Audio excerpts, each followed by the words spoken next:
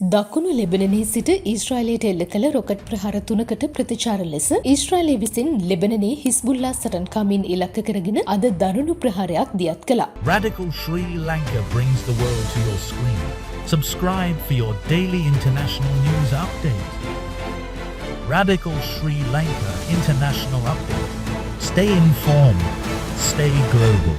ඒ පසුගිය නොවැම්බර් මාසයේ සිට දෙපාර්ශවය අතර සටන් විරාමයක් ක්‍රියාත්මක වන පසුබිමක ඒත් හිස්බුල්ලා සටන්කාමීන් කියන්නේ තමන් ඊශ්‍රායලයට ප්‍රහාර එල්ල කළේ නැහැ කියලා. සටන් විරාමයේ කඩ කරමින් තමන්ට ප්‍රහාර එල්ල කළ ලෙබනනයේ හිස්බුල්ලා සටන්කාමීන් ඉලක්ක කරගෙන ඔවුන්ගේ රොකට් විදින ගණනාවකට සහ දකුණු ලෙබනනයේ පිහිටි අනදින මධ්‍යස්ථානයකට කාලතුවක්කු සහ ගුවන් ප්‍රහාර එල්ල කළ බව ඊශ්‍රායලය පැවසුවා. මේ හේතුවෙන් හිස්බුල්ලා සටන්කාමීන් සහ ඊශ්‍රායලය අතර වසරක් පමණ පැවති යුද්ධය අවසන් කරමින් පසුගිය නොවැම්බරයේ ආරම්භ වූ සටන් විරාමය දැන් තියෙන්නේ අවිනිශ්චිත තත්වයක.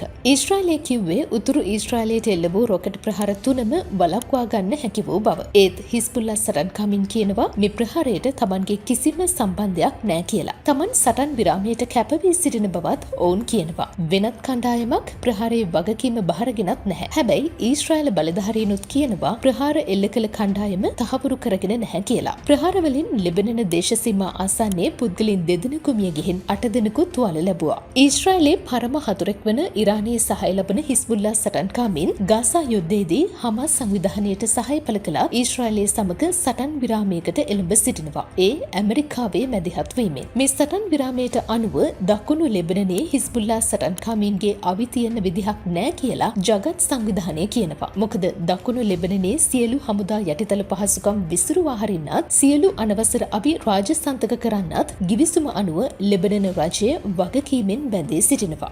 නමුත් ලෙබනන ජනාධිපතිවරයා සහ අගමැතිවරයා කියන්නේ ලෙබනනයේ ආරක්ෂාවට තර්ජනයක් වන ඕනෑම ප්‍රහාරයකට එරෙහිවන ලෙස හමුදාවට උපදෙස් ලබා දුන් බව. ඊශ්‍රායලයත් කියනවා තමන් ලෙබනනයට එල්ල කරන ප්‍රහාර තවම අවසන් නැහැ කියලා. මේ වගේ ලෝකයේ පුරා උණුසුම් පුවත් දැනගන්න රැඩිකල් ශ්‍රී ලංකා YouTube channel එක දැන්ම subscribe කරන්න. අලුත්ම news ඉක්මනින්ම දැනගන්න bell icon එකත් click කරන්න. තවත් අයට බලන්න වීඩියෝ එක share කරන්න. ඒ වගේම ඔයාලා දැනගන්න කැමති තවත් දේවල් ගැන වගේම ඔයාලගේ අදහස් comment කරන්නත් අමතක කරන්න එපා.